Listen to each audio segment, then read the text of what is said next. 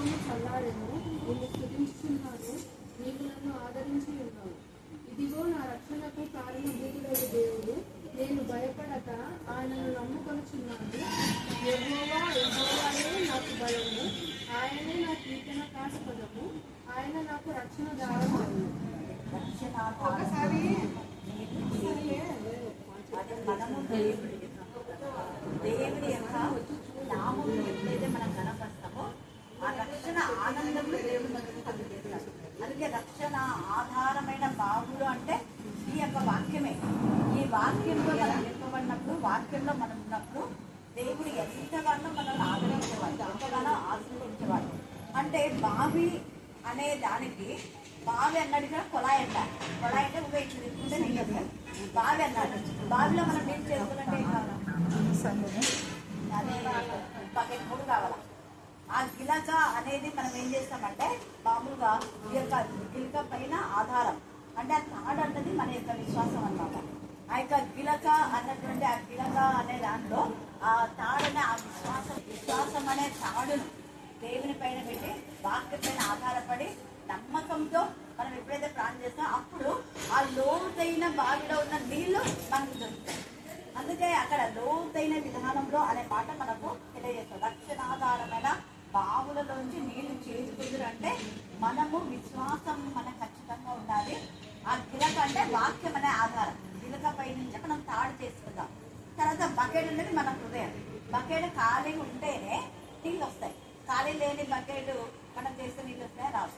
మన హృదయంలో ఉన్న చెదారము, మన హృదయంలో దేవుడికి విరోధమైనటువంటి కలుషితం అంతా తొలగించుకొని మన హృదయం శుద్ధి చేసుకొని విశ్వాసం అనే తాడును వాక్యంతో మనం ఆ గిలకతో మనం లోపలికి వేస్తే అప్పుడు దాని నిండా మనకు నీళ్ళు వస్తాయి. మనకి ఎంత చేదైతే అంత తీసుకుంటాం, ఎవరి శక్తి వరకు. అందుకే నీ విశ్వాసం నీ చేస్తుంది రక్షిస్తుంది. మన విశ్వాసం మనకు రక్షణ. కానీ 12వ అధ్యాయం మొదటి కొరితే అప్పుడు మేము బాగా ధ్యానించింది తెలుసు. విశ్వాసం అనేది ఒక వరం. వీళ్ళంతా నా ఆత్మీయమైన పిల్లలు మనం పరిశుద్ధాత్మక నింపబడి బాగా వీళ్ళ అక్క ఇస్తేరు వీళ్ళే ఇంకా నాతో పాటు ఎప్పుడు ప్రార్థనలు వంట చేసుకోవడం నాతో పాటు రాదు. నేను అడిగితే బుధవారం ఏమో బుధారపేటలో, బుధవారం ఏమో చిత్తారగేరులో, శుక్రవారం ఏమో విద్యానగర్లో. రాత్రి 12 అయినా మాకు పంపిస్తున్నాం. అంటే కట్టుకున్న వాళ్ళు కూడా లేపుస్తుంది. చేతి వాళ్ళు కట్టుకున్న పిల్లలు దాని ఎవరంటే అప్పుడు ఆ టైం కన్నా మేము మళ్ళీ బంగారుపేట లేదంటే ఒకసారి అన్నీ పడుతుంది. వాళ్ళు పంపుతున్న అనేది ఆ వాక్యం అనేది మన హృదయం శుద్ధి చేసుకుంటే దేవుడు మన ప్రతి అక్కర అవుతుంది. ఆ దేవుడికి అసాధ్యమైన ఏది కూడా లేదు. మనం నమ్మకం అనేది పెట్టాలి. అంతే, అపనమ్మకం అనేది ఎప్పుడు ఉండకూడదు. అలా చేయడం ద్వారా మన జీవితంలో ప్రతి అవసరంగా దేవుడు తీస్తాం. దేవుడు ఈ లేఖన భాగం దీపించి ఆశీర్వదించుగాక. ఆమేన్ ఆమేన్ అన్నాడు. ఆశీర్వాదాలు స్తోత్రం తెలుస్తున్నాం. నజరేయుడైన యేసు నామం యేసు పరిశుద్ధాత్మ అగ్ని జ్వాలతో దేవా నా తల్లి ఇందిరా బట్టలు చక్కగా ఆమె చిన్నప్పటి నుంచి కూడా మీరు మా తల్లి ఆవిడకి ఎప్పుడు సహాయకాలు ఇస్తున్నారు. ఇంత దేవ నా ప్రభా వీళ్ళ జీవితంలో ఇంత ఆత్మీయులు ఇచ్చారు ప్రభా. ఇంకెంత సృష్టించబడతారు. నిశ్చితమైతే ఒకరోజు ఇక్కడ వాక్యం పరిచయం చేయడానికి మాటలు చాలా చూడాలి. మీరు వచ్చిన బిడ్డలలో మీ ఆత్మశక్తితో మరి ప్రార్థిస్తా. మరి యొక్క డిజైన్ మీరు ఫుల్ఫిల్ చేయమని ప్రార్థిస్తా. అట్లాంటి అడ్డు కూడా ఏంటంటే కనిపించమని ప్రార్థిస్తా. అంత కృషికి మీకు తెక్కిగా ఆరాధించండి, కనికరించండి, కనికరించండి, కనికరించండి, కనికరించండి. ఇక్కడ చేరిన లోతుల్లో నా ప్రభా ఎక్కువ ఆవేదన ఉంది ప్రభా. వాటిని తెచ్చబడించండి. మరి కాచే కన్నీరు నా ప్రభా నీకు కలగలో ఉంటుంది. ఆయన కనికరించండి, కృపదాయించండి, కృపదాయించండి, కృపదాయించండి, ఆయన కనికరించండి. నేను మాయపరచుకొని వారి గాయపడ్డ అన్నీ కూడా వారికి దుష్టశక్తి అన్నీ కూడా మీరు బయటపరచండి. ఏ స్నాప ప్రార్థిస్తున్నాం.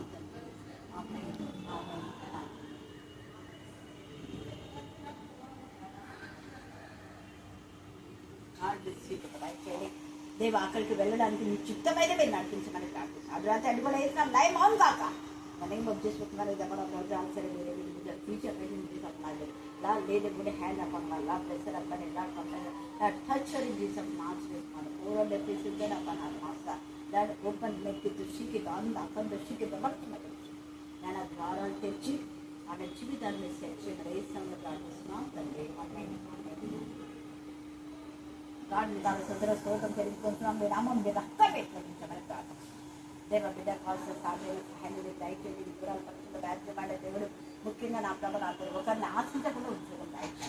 దేవా డిఎస్సీ అందరి ప్రిపేర్ కూడా బాగా సాటిస్ఫాక్ట్ చేయండి. మరి కూడా కుమారుడు కూడా మీకు జ్ఞానాత్మక స్వాతంత్ర్యాన్ని లైపచ్చమని వేసినామని ప్రార్థిస్తున్నాం తండ్రి.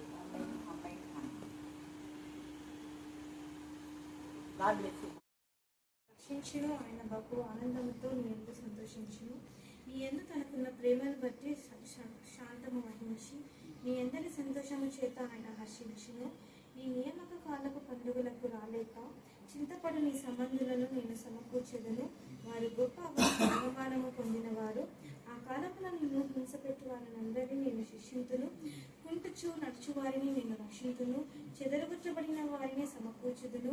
ఏ దేశములలో వారు అవమానము నొందిరో అక్కడ నేను వారిని ఖ్యాతిని మంచి పేరును కలుగజేసేదను. ఆ కాలంలో మీరు చూచుచున్నగా నేను మిమ్మల్ని చెరలో నుండి రప్పించి మిమ్మల్ని సమకూర్చిన తర్వాత మిమ్మల్ని నడిపించును. నిజముగా భూమి మీద ఉన్న జనులందరి దృష్టికి నేను మీకు ఖ్యాతిని మంచి పేరును తెప్పించును. ఇదే యెహోవా వాక్కు. ఇదే ఎక్కువ ధ్యానం చేసి ఖ్యాతిని మంచి చెల్లించుకుంటున్నాం. మీరు మాకు అనేక మంది ఆత్మీయతలను వచ్చుంటారండి. సువర్ణ ఆంటీని బట్టి, రాజేశ్వర ఆంటీని బట్టి, దేవాంటిని బట్టి, మేరాంటిని బట్టి తండ్రి దేవా మీకు ఎంత స్తుతించా కూడా తక్కువే నా ప్రభా. రెగ్యులర్గా వీళ్ళు ప్రార్థనలో నా ప్రభా నా తండ్రి నా కోసమే చేసిన ప్రతి ప్రార్థన దేవా నా ప్రభా మీరు నన్ను వాడుకుంటున్నారు. మీకు వందనాలు చెల్లిస్తున్నాం. మరలా ఆంటీ ఇంటికి నా ప్రభా 5 సంవత్సరాలు రావడానికి మీరు ఇచ్చిన కృపను ధన్యతకి ఎంత స్తుతించడం కూడా తక్కువే దేవా నా ప్రభా. మరి ముఖ్యంగా నా తండ్రి దేవా కుమారుడు కూడా మీ జ్ఞాపకం కుమారుడు ప్రభా దేవా బిడ్డ నా తండ్రి బైబిల్ ట్రైనింగ్ చేసిండగా ఆత్మతో శక్తితో మీరు నిశ్చితమైతే నా ప్రభా నా తండ్రి భార్య రావడానికి మీకు ప్రయత్నం అడ్డు రాతి అడ్డు కూడా వేసిన గర్దించమని కనికరించమని ప్రార్థిస్తాం. ఆయన కనికరించమని ప్రార్థిస్తాం. కనికరించమని ప్రార్థిస్తాం. కనికరించమని ప్రార్థిస్తాం. దేవా కుటుంబంతో మాట్లాడే మిస్అండర్స్టాండ్ చేసిన లైవ్ మౌన్ బాగా ప్రభావం దేవా ఈ కుటుంబంలో మీ రక్తంలో ప్రోక్షించమని ప్రార్థిస్తాం. మీ రక్తంలో ప్రోక్షించారు దేవా రక్తంలో ప్రోక్షించమని ప్రార్థిస్తున్నాం. దేవా సహాయం దయచేయమని ప్రార్థిస్తాం. కృప దయచేయండి. కృప దయచేయండి. కృప దయచేయండి. కృప దయచేయండి దేవా. పింగిరి మీరు డాక్టర్ చేశారు. ఇంకా ప్రపోజల్స్ లో ముందుకు రావడానికి మీ కృప దయచేయండి ప్రార్థిస్తున్నాం. నేను అలాగే నా ప్రభా సోనిని కూడా ఉన్నత స్థితిలో ఆత్మీయ స్థితిలో ఆమె డాక్టర్ తీసుకోవడానికి మీకు కనికరించండి. కృప దయచేయండి. కృప దయచేయండి. కృప దయచేయండి. కృప దయచేయమని ప్రార్థిస్తాం.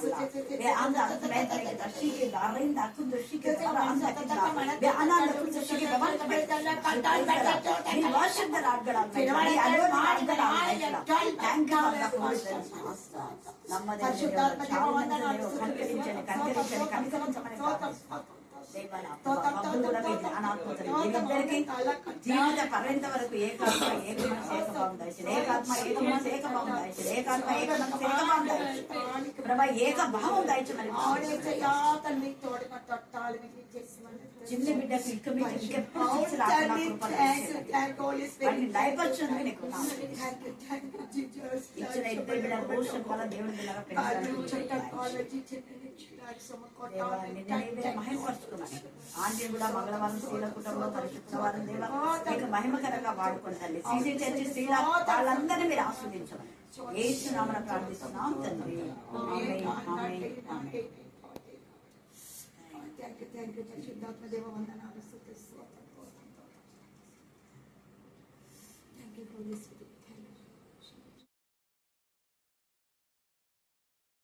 చంద్రలాగా మీకు దయచేసి ప్రార్థిస్తున్నాం. సెలెస్టియల్ టీచర్స్ మీ జ్ఞానాత్మక యేసునామమున ప్రార్థిస్తున్నాం తండ్రి. ఆమేన్. ఆమేన్.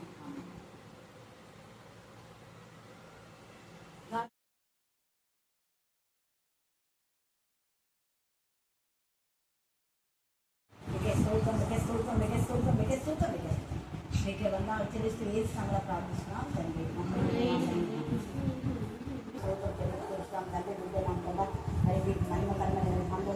విధానంలో అనేక మాట్లాడాలి సర్టిఫికేట్ పొందుకోవడానికి అప్పుడే డిజైన్ చేయమని ప్రార్థిస్తున్నాం. కనికరించండి. కనికరించండి. కనికరించండి. కనికరించమని ప్రార్థిస్తున్నాం. రాష్ట్రంగా నా తల్లి అమరవీరులో మీకు మహిమకరంగా మీరు పాడుకుంటున్నారు. అలాగే స్వర్ణ కూడా మీ జ్ఞానాత్మక అక్కడ వాళ్ళ ప్రార్థనకు మీరు జవాబు ఇచ్చినందుకు మీరు చూపిస్తూ ఏ స్థానంలో ప్రార్థిస్తున్నాం తండ్రి. వీడియో కాదు మీరు కలిగిన ప్రణాళికలంతా కూడా ఫుల్ఫిల్ చేయండి. మీ చిత్తానికి లోబడేలా దయచేయండి. వేసుకొని ప్రార్థిస్తున్నాం తండ్రి. వీళ్ళ పేర్లన్నీ రక్షణ వెళ్తే నా జ్ఞానం కలిసి ఉంది. దేవుడు మనిషి మరి మీకు సాక్షిగా సాధనంగా మీ నాన్న కనుక్కుంటే మన వీళ్ళందరూ వాడబడ్డా దయచేయండి. దేవ నా ప్రభావ నా దగ్గర చెప్పిన నా స్తంభాలాగా సంఘంలో వాడబడే బిడ్డలుగా మీకు ఒక దయచేయండి. శిష్యులు నా తల్లి ప్రియర్ ఎలాగ సంఘంలో మీకు మహిమకరంగా నా తల్లి స్వర్ణాన్ని సందేశం చూపించారు. వీళ్ళందరూ ఎలా వాడుకున్నారు ఈ బిడ్డలు కూడా అలా వాడుకోమని ఏ శ్రమ ప్రార్థిస్తున్నాం తండ్రి. అమ్మాయి అమ్మాయి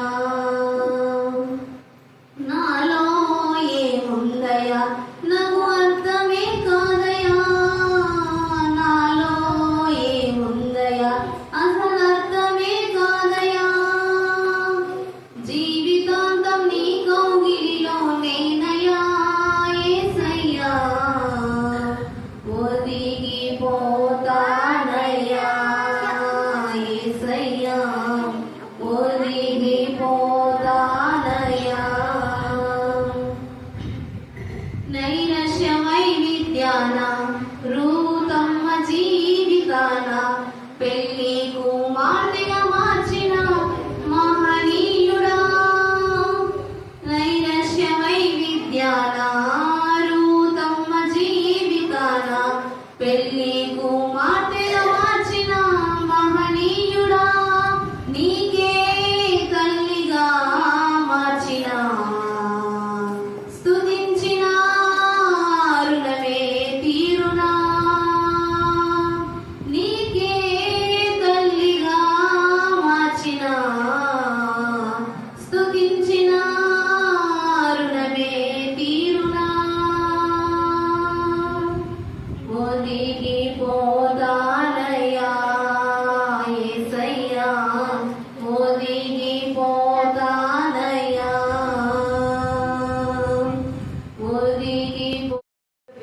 మా ప్రభా చంద్రు ఇందిరా దేవ విజయాల పక్షంగా మీరు వ్యాఖ్యమాడే దేవుడు ప్రభా తండ్రి ఉన్నత చదువులు నా ప్రభా తండ్రి మరి కుమార్తె మాట చదివారు.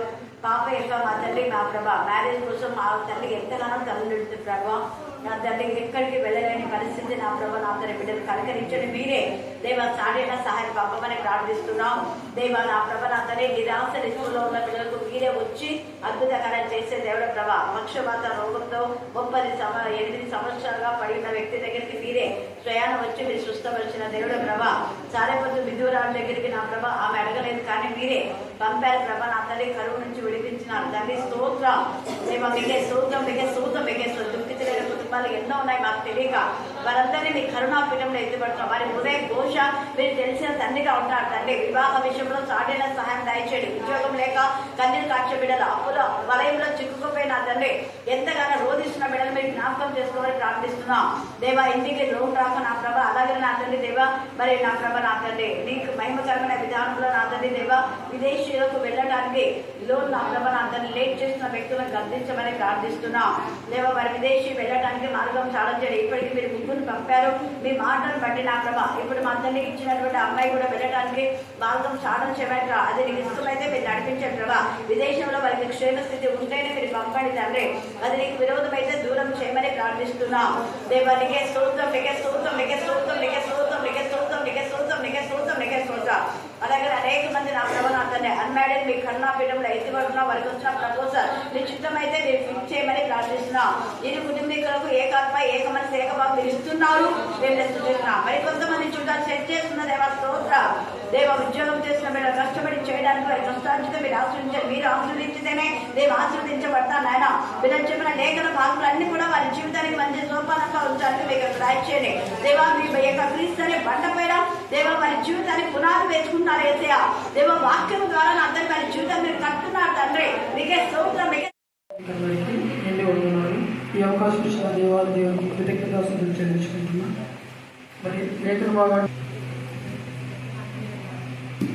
ప్రేమ నమ్మకం కలిగిన ప్రియ పరలోకమందున్న మా తండ్రి, ఈ యొక్క ఘనమైన శ్రేష్టమైన నామములకు స్తుతులు స్తోత్రం చెల్లించుకుంటున్నాం తండ్రి. మరి యొక్క రాత్రికాల సమయముందు నాయన మా యొక్క వాక్యాన్ని వినటకు నా తండ్రి మమ్మల్ని అందరినీ ఇక్కడ సిద్ధపరిచిన విధానం బట్టి స్తోత్రం చెల్లించుకుంటున్నాం అయ్యా తండ్రి.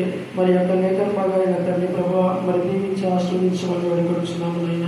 అయ్యా తండ్రి మరి నీ యొక్క మాటలు నా తండ్రి ధ్యానించున్నాయన తండ్రి ప్రభావ మా యొక్క నోటికి నా యొక్క పెదవులకు నా తండ్రి కాపు పెట్టమని వేడుకొచ్చున్నాము నా తండ్రి. అయ్యా మరి ఏమి చెప్పాలో అవే నా తండ్రి మరి వినడానికి నీ యొక్క ఆత్మ సహాయం దయచేయమని వేడుకొచ్చున్నాము నాయన. అయ్యా తండ్రి మరి వీటిని నా తండ్రి ప్రభావ చెప్పగలే యొక్క ఆత్మ నడుపు మాకు దయచేయమని వేడుకొచ్చున్నాము తండ్రి. అయ్యా తండ్రి ప్రభావ మరి యొక్క రాత్రికాల సభమందు నా తండ్రి ప్రభావ మమ్మల్ని అందరూ నా తండ్రి ఇక్కడికి వచ్చిన ప్రతి ఒక్కరు దీవించి ఆస్వాదించమని వేడుకొచ్చున్నాము నాయన. అయ్యా మేము ముందున్న సమయం అంతటి నా తండ్రి మీ చేతికి అప్పగించుకుంటూ ముందున్న సమయం అంతటి తండ్రి ప్రభువ మీ సహాయం నా తండ్రి మీ యొక్క ఆత్మ నడుపు. మరి చదవబడిన లేఖన భాగాన్ని మనం చూసుకున్నాం కదా. విలాప వాక్యములు 3వ అధ్యాయము 33వ వచనాన్ని మనము చదువుతున్నాం. హృదయపూర్వకముగా ఆయన నరులకు విచారమునైనను బాధనైనను కలుగా చేయడు అని చెప్పి ఈ యొక్క చిన్ని వచనం ద్వారా మనము చూసుకున్నాం. మరి ఇక్కడ ఆయన అనే విషయాన్ని మనం చూసుకుంటే ఎవరు ఆయన అంటే దేవుడి గురించి చెప్పబడిందని మనము చూస్తాం. మరి ఆయన అంటున్నాడు హృదయపూర్వకముగా ఆయన నరులకు విచారమునైనను బాధనైనను కలుగ చేయడంట. విచారమైన బాధ అయినా మరి మన పక్షంగా ఎవరైనా అంటే మన చుట్టుపక్కల కానీ ఒకరు కీడు మనకు చేయాలి అంటే వాళ్లకు మనము ఏదైనా చేసి ఉంటేనే తప్ప వాళ్ళు తిరిగి కీడు చేయరు. అంటే వాళ్ళు కీడు మనకు చేస్తారు అని అంటే మనం ఏదైనా వాళ్ళకు ఆపదనో లేదంటే వాళ్ళకు వ్యతిరేకంగా ఏదైనా చేసిందే తప్ప వాళ్ళు కీడు మనకు ఎవరు చేయరు. మరి ఈ విధంగా దేవుడు ఇక్కడ సెలవిస్తున్నారు. విచారమునైనను బాధనైనను ఎవరు కలుగ చేయడంట? నరులకు కలుగ చేయడంట. అంటే ఆయన ఇష్టపూర్వకంగా. మరి ఆది నుంచి మనం చూస్తే ఆదాము గారి విషయంలో అవ్వ గారి విషయంలో మనం చూస్తే వాళ్ళకు హృదయాలను అంటే మానవునిగా సృజించిన వెంటనే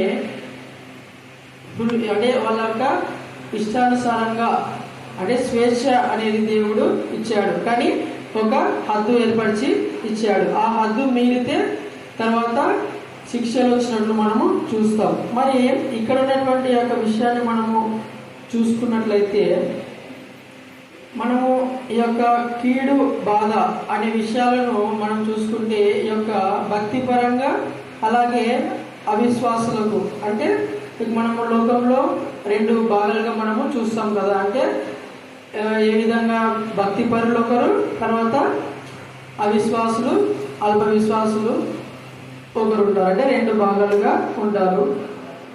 ఇక్కడ మనం చూస్తే ఈ యొక్క కీడు ఆ విషయాలు మనం గమనిస్తే మొదటగా దేవుడు ప్రతి ఒక్కరికి కూడా అంటే బాధను విచారాన్ని అన్నిటినీ ఇస్తాడు అని చెప్పి ప్రసంగి గారు చెప్తారు. అంటే దేవుని యందు భయభక్తులు కలిగి ఉన్నప్పటికీ వాళ్ళకి ఏవి సంభవిస్తాయో భక్తి పరులుగా లేకుండా ఇష్టానుసారంగా ఉన్న వాళ్ళకు కూడా అవే క్రియలే సంభవిస్తాయని చెప్పి కూడా ఆయన అక్కడ చెప్తాడు అనమాట. మరి మనం కొన్నింటిని గమనించుకుందాం. ఈ యొక్క ఇశ్రాయేలు ప్రజలు చేసినటువంటి ఆ యొక్క తప్పులలో వాటిని మనం చూసుకుంటే యెహెజ్కేలు గ్రంథము 7వ అధ్యాయము 3వ వచనం నుంచి మనం కొన్ని విషయాలు గమనించినట్లయితే దేవుడు తాను కీడు చేయాలి అని చెప్పి అంటే తన యొక్క ప్రేమను బట్టి మనల్ని ఎన్నుకొని ఆయన యొక్క చిత్తంలో నడిపించినప్పటికీ మరి కొన్ని కారణాల వల్ల అంటే సొంత కారణాల వల్ల సొంత ప్రవర్తన వల్ల దేవునికి అవిధేయులుగా ఉండి తన యొక్క శిక్షను తానే అంటే మనమే తెచ్చుకుంటున్నాం. మరి యొక్క వచనాన్ని మనం ఇక్కడ గమనించినట్లయితే నా కోపము నీ మీద తెప్పించు, నీ ప్రవర్తనను బట్టి నీకు తీర్పు తీర్చి నీవు చేసిన సమస్త హేయ కృత్య ఫలమును నీ మీదకి రప్పించుచున్నాను అని ఇక్కడ సెలవిస్తున్నారు దేవుడు. అంటే మన యొక్క ప్రవర్తనను బట్టి, మన యొక్క హృదయ ఆలోచనలను బట్టి దేవుడు కీడు చేస్తున్నాడు. అంటే ఆయన తనకు ఇష్టపూర్వకముగా కావాలని చెప్పి ఎవరికి కీడు చేయలేదు. బైబిల్లో ఒకరి విషయాన్ని మనం గమనిస్తే కావాలని చెప్పి కీడు చేశారని చెప్పి ఒకరి గురించి మనము చెప్పుకుంటాం. ఎవరో వ్యక్తి అంటే దేవుడే కావాలని చెప్పి పరీక్ష పెట్టాడు అని చెప్పుకునే వ్యక్తి యోబు గారు. మరి ఆ యోబు గారి విషయంలో కూడా మనం చూస్తే అంటే దేవుడు కొన్ని ముందే కూడా ఆయనకు అన్నీ తెలుసు కదా. అంటే ఆయన బాగున్నప్పుడు ఏం ఆలోచిస్తున్నాడో, ఏమి తలపులు చేస్తున్నాడో ఆ విషయాన్ని కూడా చూసుకుంటే అక్కడ యోబు గ్రంథం 3వ అధ్యాయం 23వ వచనంలో చూసుకుంటే అంటే ఆయన ముందే అంటే ఇవన్నీ పోతాయేమో అని చెప్పి ముందే భయపడినట్లుగా కూడా మనము చూస్తాం. అంటే భయం అని కాదు కానీ ఒక విధమైనటువంటి లోపల అంటే ఆ యొక్క బాధ లాంటిది, ఆ యొక్క అంటే ఇన్ని ఇచ్చాడు కదా దేవుడు నాకు, ఇవి కూడా అంటే ఈ స్థితి అంతా వస్తుందేమో అని చెప్పి ముందే ఊహించినట్లు కూడా మనము చూస్తాం. అంటే ఒక కారణంగా కూడా దేవుడు తనను ఈ విధంగా కూడా బాధ పెట్టి అంటే తన భక్తులను బాధ పెట్టి పరీక్షించినట్లు కూడా మనము చూస్తాం. మరి మనం ఇప్పుడు చూసుకున్నట్లయితే అంటే భక్తి హీనులు అంటే దేవుని యందు భయభక్తులు కలిగి ఉండి భక్తిహీనతలకు వెళ్ళినటువంటి వారి ప్రవర్తనను మనం చూసుకుంటే ఆ యొక్క ఇశ్రాయేలు ప్రజలు చేసినటువంటి పాపాలు అంటే ఏవైతే దోషాలు ఉన్నాయో మరి యెహెజ్కేలు ప్రవక్త గారికి బయలుపరిచినటువంటి కొన్ని విషయాలను మనము చూసుకుందాం. యెహెజ్కేలు గ్రంథము 8వ అధ్యాయంలో కొన్నిటిని అక్కడ ఆయన యెహెజ్కేలు గారికి బయలుపరిచినారు. అంటే అక్కడి నుంచి దర్శన రూపకంగా ఆయన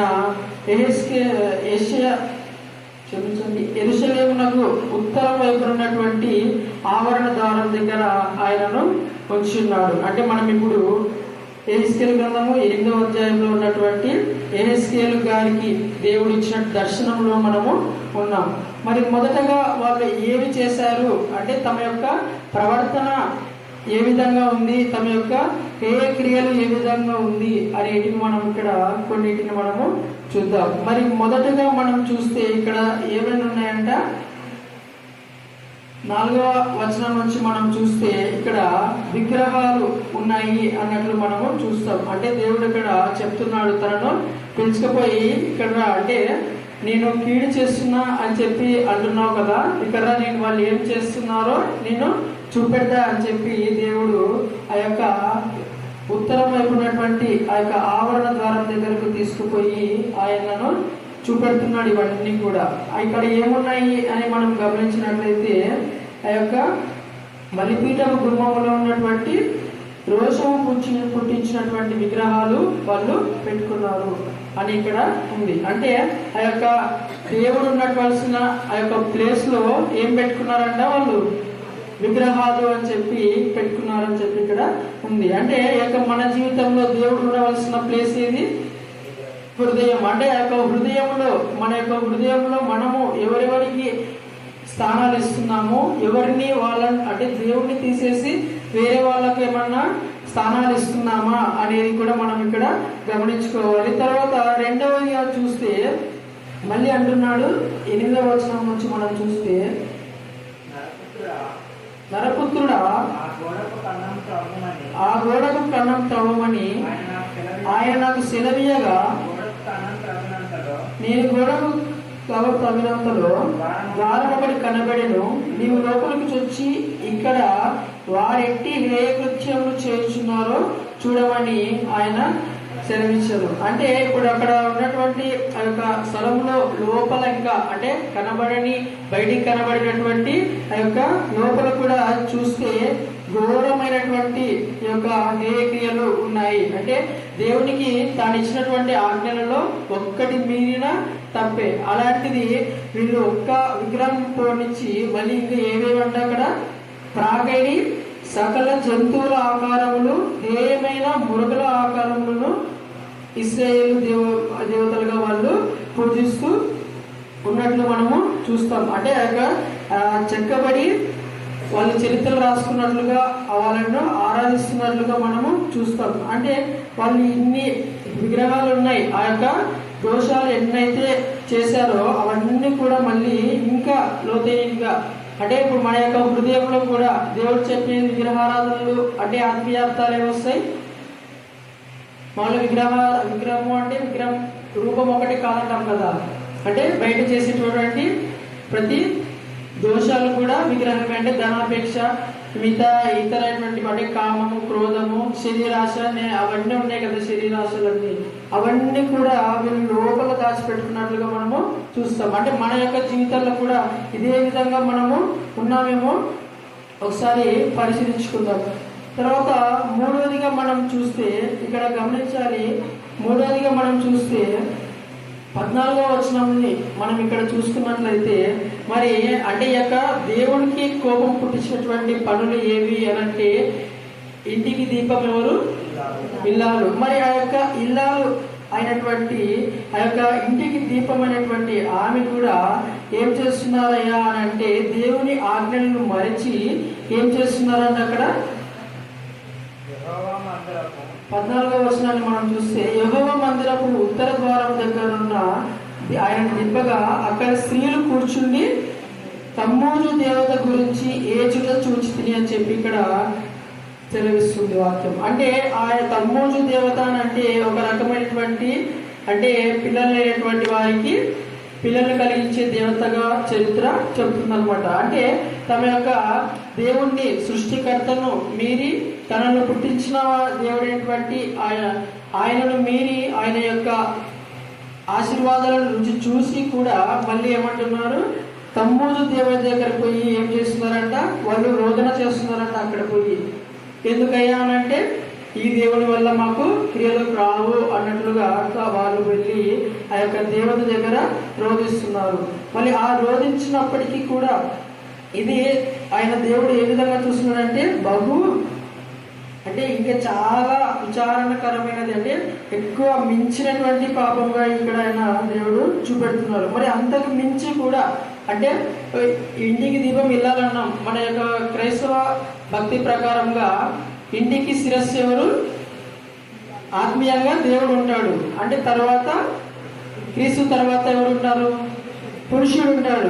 ఆ యొక్క పురుషుడు కూడా ఏం చేస్తున్నారు అనే మనం చూస్తే 16వ వచనంలో చూస్తే అక్కడ వాళ్ళు దేవునికి వ్యతిరేకంగా అంటే దేవునికి వీపు చూపెట్టి మరి ఆ యొక్క మందిరానికి ఎదురుగా ఉన్నటువంటి ఎవరికంట సూర్యునికి నమస్కారం చేయించు ఉండి అని చెప్పి ఇక్కడ ఆయన చెప్తూ ఉంటున్నాడు. మరి ఇవన్నీ అంటే స్త్రీలు చెప్తున్నారు.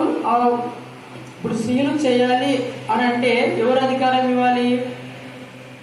పురుషుల అధికారం ఇవ్వాలి ఖచ్చితంగా. ఆ పురుషుల అధికారం ఇస్తేనే స్త్రీలు ఆ యొక్క ఏ పనినైనానో ఏవైనానో చేయడానికి ఇష్టపడతారు. ఆ పురుషులు ఏమి చెప్పకపోతే వాళ్ళు ఏమి కూడా చేయరు. అంటే మనం ఈ విషయాన్ని మళ్ళీ ఇర్మియా గ్రంథం 44వ అధ్యాయంలో ఒకసారి అక్కడ గమనిస్తే ఇర్మియా గ్రంథం 44వ అధ్యాయం 16వ వచనం నుంచి మనం కొన్ని మాటలు అక్కడ చూస్తే వాళ్ళు అక్కడ ఆకాశరానికి ధూపం వేస్తున్నట్లుగా మనము చూస్తాం. అంటే వీళ్ళు కూడా ఇక్కడ భ్రష్టత్వంలో పడి తమ దేవుణ్ణి తమ సృష్టికర్తలను విడిచి ఎక్కడికి వెళ్ళారంటే ఆకాశరానికి ధూపం వేస్తున్నట్లుగా మనము చూస్తాం. ఎందుకు వేస్తున్నారయ్యా అని అంటే ఆమె మాకు మేలు చేసింది, అంటే కీడు కలగలేదు, అంటే మేము ఆమెకు అన్ని చేసినా కూడా మాకు ఏ కీడు కలగలేదు అని చెప్పి వాళ్ళు ఆమెకు పానార్పణం అర్పింపకు మానకుండగా సమస్తము ఏమైంది అంటే తక్కువ కాకుండా అన్ని చేస్తున్నట్లుగా వాళ్ళు తమ యొక్క ఆకాశరానికి పూజలు చేస్తున్నట్లు మనము చూస్తాం. మళ్ళీ ఇక్కడ అంటున్నారు 19వ వచనంలో మనం చూస్తే మా పురుషులు సెలవు లేకుండా ఆమెకు పిండి వంటలు చేస్తున్నామా అని ఇర్మియా ప్రవక్త గారితో అంటున్నారు. అంటే మా పురుషులు సెలవు లేకుండానే, అంటే ఇదల్లా ఎవరి సెలవు వల్ల జరుగుతుంది? పురుషుల వల్ల. అంటే ఇంట్లో ఉన్నటువంటి తల్లిదండ్రుల వల్ల.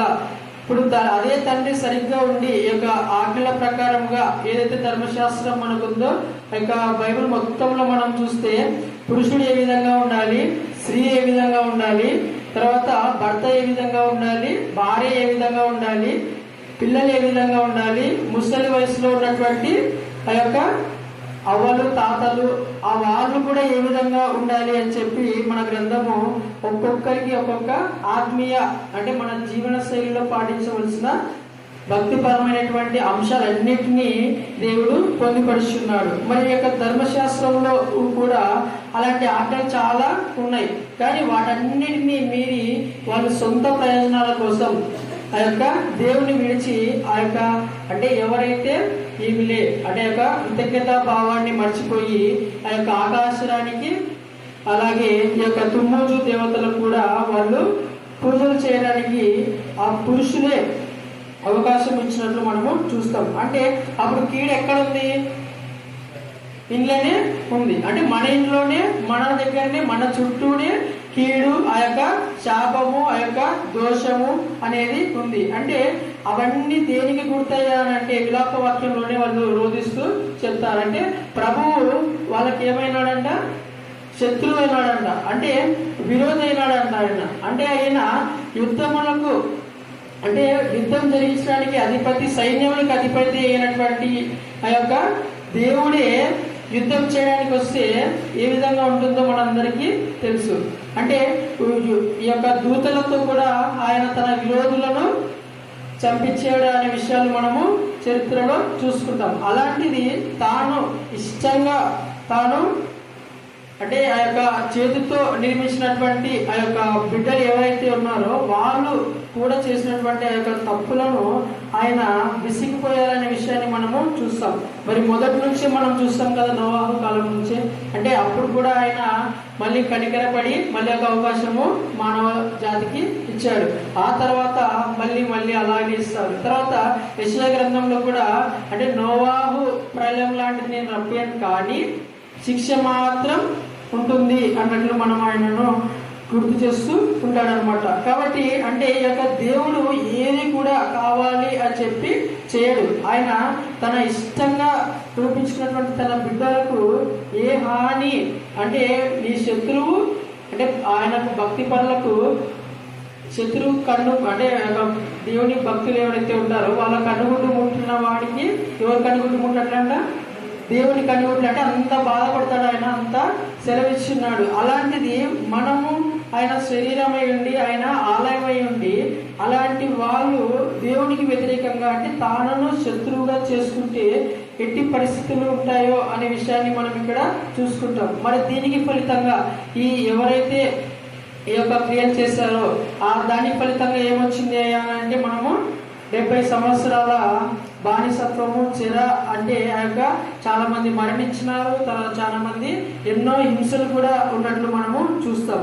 కానీ దేవుడు తన యొక్క కృపా సత్యమును బట్టి మరి విలాప వాక్యంలోనే 32వ అధ్యాయం 32వ వచనంలో మనం చూస్తే బాధ పెట్టినను తన కృపా సమృద్ధిని బట్టి ఏం పడతాడంట? ఆయన జాలి పడతాడంట. ఎందుకంటే ఆయన మనకు తండ్రి అయి ఉన్నాడు, అంటే మన సృష్టికర్త అయి ఉన్నాడు. ఏది కూడా నశించడానికి వీలు లేదు అని ఆయన సెలవిస్తున్నాడు. ఎందుకు ఆయన ఆ యొక్క కీడులు కలుగ చేశాడంటే మన యొక్క ప్రవర్తనను బట్టి, మన యొక్క హేయ కృత్యములను బట్టియే. కానీ ఏది కూడా తనంతరకు తాను కావాలని చేయడు అని చెప్పి మనము 36వ వచనంలో కూడా చూస్తాం. ఒకరితో రాజ్యమాడి వాడిని పాడు చేయుటకు ప్రభువు మెచ్చు కార్యములు కావు. మనం ఈ లోకంలో చూస్తున్నప్పుడు ఎన్నో పరిస్థితులు ఎదురవుతూ ఉంటాయి. అంటే ప్రతిదీ కీడు అవి ఇవన్నీ వస్తుంటాయి. కొన్ని మానవ అతీతంగా జరుగుతుంటాయి, కొన్నిటిని వేరే రకంగా కూడా జరుగుతుంటాయి. ఇప్పుడు యుద్ధాలు జరుగుతున్నాయి. యుద్ధాలు ఎవరి కారణంగా వస్తాయి అంటే తమ యొక్క సొంత ఆలోచనలు, సొంత తలంపులలోది. అంటే ఆ యొక్క వాళ్ళ యాకోబు పత్రిక 4వ అధ్యాయం 1వ వచనంలో అక్కడ ఉంటుంది. అంటే వాళ్ళ సొంతం యొక్క మాది నాకి నాకు కావాలా, నేనే గెలిచాలా అనే ఆలోచన నుంచే వస్తాయి. కానీ దేవుడు కలిగించినటువంటి వాటిల్లో రావు. ఒకవేళ వస్తే ఇట్టి క్రియలు ఏవైతే మనం ఇందాక చూసామో అట్టి క్రియలు అంతకంటే మించినటువంటి అంటే మనం చూస్తాం కదా ఆది నుంచి ఎవరు సొదొమ గొమొర్రా ప్రజలు మనం చూస్తాం. నోవాహు టైంలో ఉన్నటువంటి ఆ యొక్క ప్రజలు ఏ విధంగా అయితే దేవుడు కీడు చేస్తున్నారో వాళ్ళని కూడా మనము చూస్తాం. కానీ కీడు చేసినప్పటికీ కానీ మనం దేవుని దగ్గరికి మళ్ళీ తిరిగి వెళ్తే ఖచ్చితంగా ఆయన క్షమించి తన దగ్గరకు మళ్ళీ పిలుచుకుంటాడు. అది ఎవరైనా సరే. ఇప్పుడు దావీదు గారి విషయంలోనే మనం చూస్తాం. కానీ ఆయన పాపం చేసిన వెంటనే ఆయన ఖచ్చితంగా శిక్షిస్తాడా లేదా? అప్పుడు శిక్షించాడు. అంటే తన యొక్క కుమారుడు చనిపోయినాడు, తర్వాతనే మళ్ళీ మారు మనసు పొందిన తర్వాత దేవుడు మళ్ళీ ఆయనను పిలుచుకున్నాడు. ఈ విధంగానే అంటే ఇశ్రాయేలు ప్రజలను కూడా అదే విధంగానే ఖచ్చితంగా ఏదైతే దేవుడు చెప్పి ఉన్నాడో ఈ కీడు వస్తుంది అని చెప్పి ఆ కీడు ఖచ్చితంగా వచ్చిన తర్వాతనే, ఇప్పుడు ఒకవేళ మనం మారినా అది ఖచ్చితంగా వస్తుంది. ఇప్పుడు ఇదే ఇశ్రాయేలు ప్రజలను మనం చూస్తే ఇర్మియా గ్రంథం 29వ అధ్యాయం 10వ వచనంలో మనం చూస్తే అక్కడ ఖచ్చితంగా ఈ 70 సంవత్సరాల చెర అనేది ఉంటుంది. ఆ తర్వాతనే మీరు మళ్ళీ నా ప్రియులుగా అంటే నా శేషము అని చెప్పి చెప్తారు కదా దేవుడు. ఆ యొక్క శేషాన్ని నేను అభివృద్ధి పరుస్తా అని చెప్పి చెప్తాడు అనమాట.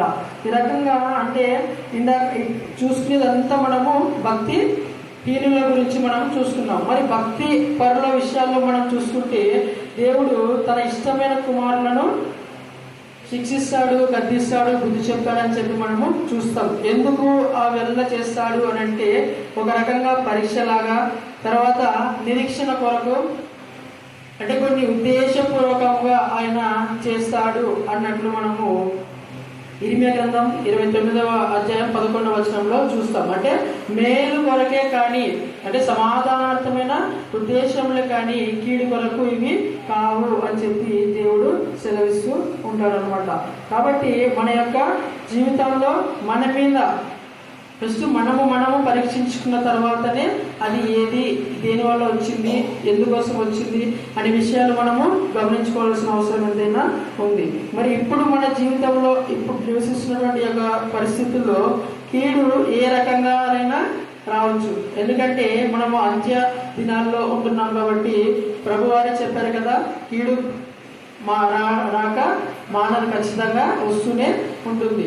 కాబట్టి అంటే ఆ యొక్క కీడు వచ్చినప్పుడు ఆ యొక్క భక్తులు ఏ విధంగా ఉండాలో మనం పత్రికల్లో పౌలు గారు కానివ్వండి, యాకోబు గారు, పేతురు గారు, అలా విధంగా చాలా విషయాలు పేతురు పత్రికలో, యాకోబు పత్రికలో, అలాగే పౌలు కొన్ని పత్రికల్లో కూడా చెప్పి ఉన్నారనమాట. ఆ రకంగా అంటే తన యొక్క ఇష్టపూర్వకమైనటువంటి వ్యక్తులను మార్చడానికి, వాళ్ళలో కొద్ది దోషం ఉన్నా కూడా మళ్ళీ తిరిగి దాన్ని తెలుసుకునేలా చేసి ఆ దోషాన్ని మార్పించడానికి కూడా దేవుడు తన భక్తులలో, భక్తిహీనులలో కాదు భక్తులలో ఏం చేస్తాడయ్యా అంటే కీడులను కొన్నింటిని రప్పిస్తాడు. అది కూడా ఆయన హృదయపూర్వకముగా కాదు, కానీ కొన్ని తెలిసి తెలియక చేసినటువంటి మన యొక్క తప్పిదములను, మన యొక్క పరిసరాల్లో ఉన్నటువంటి ఆ యొక్క క్రియలను బట్టి ఆయన తన భక్తులను మార్చుకుంటూ ఉంటాడనమాట. ఈ రకంగా అంటే ఆయన చేసినటువంటి ఆ యొక్క పనులు ఏవైనా కూడా ఒక నీతిగా, దేవుడు చేసినటువంటి ప్రతి కార్యము కూడా నీతిగానే ఉంటుంది. అంటే నీతి మార్గంలోనే ఉంటుంది. దేవుడు అన్యాయస్తుడు కాడు.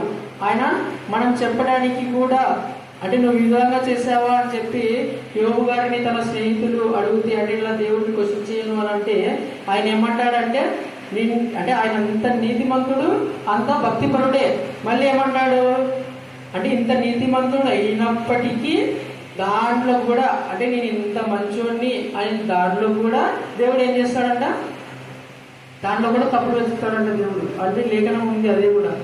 అంటే దాంట్లో కూడా అంత మంచి వ్యక్తి అయినప్పటికీ ఏదో ఒక చిన్న దోషాలు చేసి ఉంటారు. దాంట్లో కూడా ఫలాంటి అని చెప్పి కూడా దేవుడు లెక్కలు చూపిస్తాడు అన్నట్టుగా ఆయన తగ్గింపు గుణంతో దేవుడు ఇచ్చినటువంటి యొక్క శ్రమను భరించి ఆయనకు లోబడి ఉంటాడనమాట. కాబట్టి మనము ఏ కీడు వచ్చినప్పటికీ దేవుని యందు మనము నమ్మిక ఉంచి ఆయన దగ్గరికి వచ్చి ఆ కీడులో మనము ఏ విధంగా బయటికి పడాలి, మన దోషములు ఏమైనా ఉన్నాయా, మన ఇంటిలో ఇందాక చెప్పాను కదా తల్లిదండ్రులు, ఆ తల్లిదండ్రుల దోషం అంటే ఇంటిలో నుంచి ఏం చేయాలి, దుర్మార్గతను, ఆ యొక్క ఏవైతే దేవునికి ఇష్టమైన కార్యాలు ఉన్నాయో వాటన్నిటినీ తీసివేసిన తర్వాత మనము దేవుని ఆశీర్వాదాలు కానీ ఈ యొక్క భక్తి పరులకు వచ్చేటటువంటి ఆ యొక్క కీడులు కానీ మనకు వస్తూ ఉంటాయి అన్నమాట.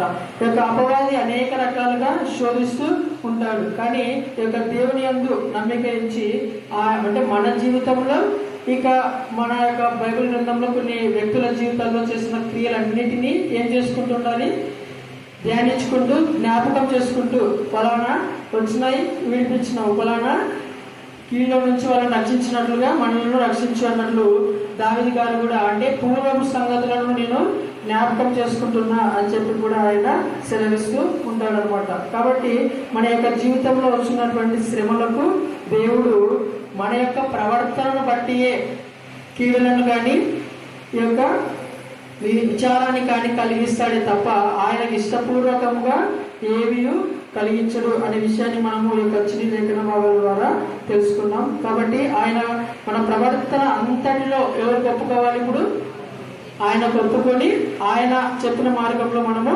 నడుచుకోవాలని చెప్పి ఈ యొక్క లేఖన భాగాల ద్వారా తెలియజేస్తున్నాం. దేవుడి యొక్క చిన్ని లేఖన భాగాన్ని దీవించి ఆశ్రయించుగాక. ఆమేన్ ఆమేన్ ఆమేన్.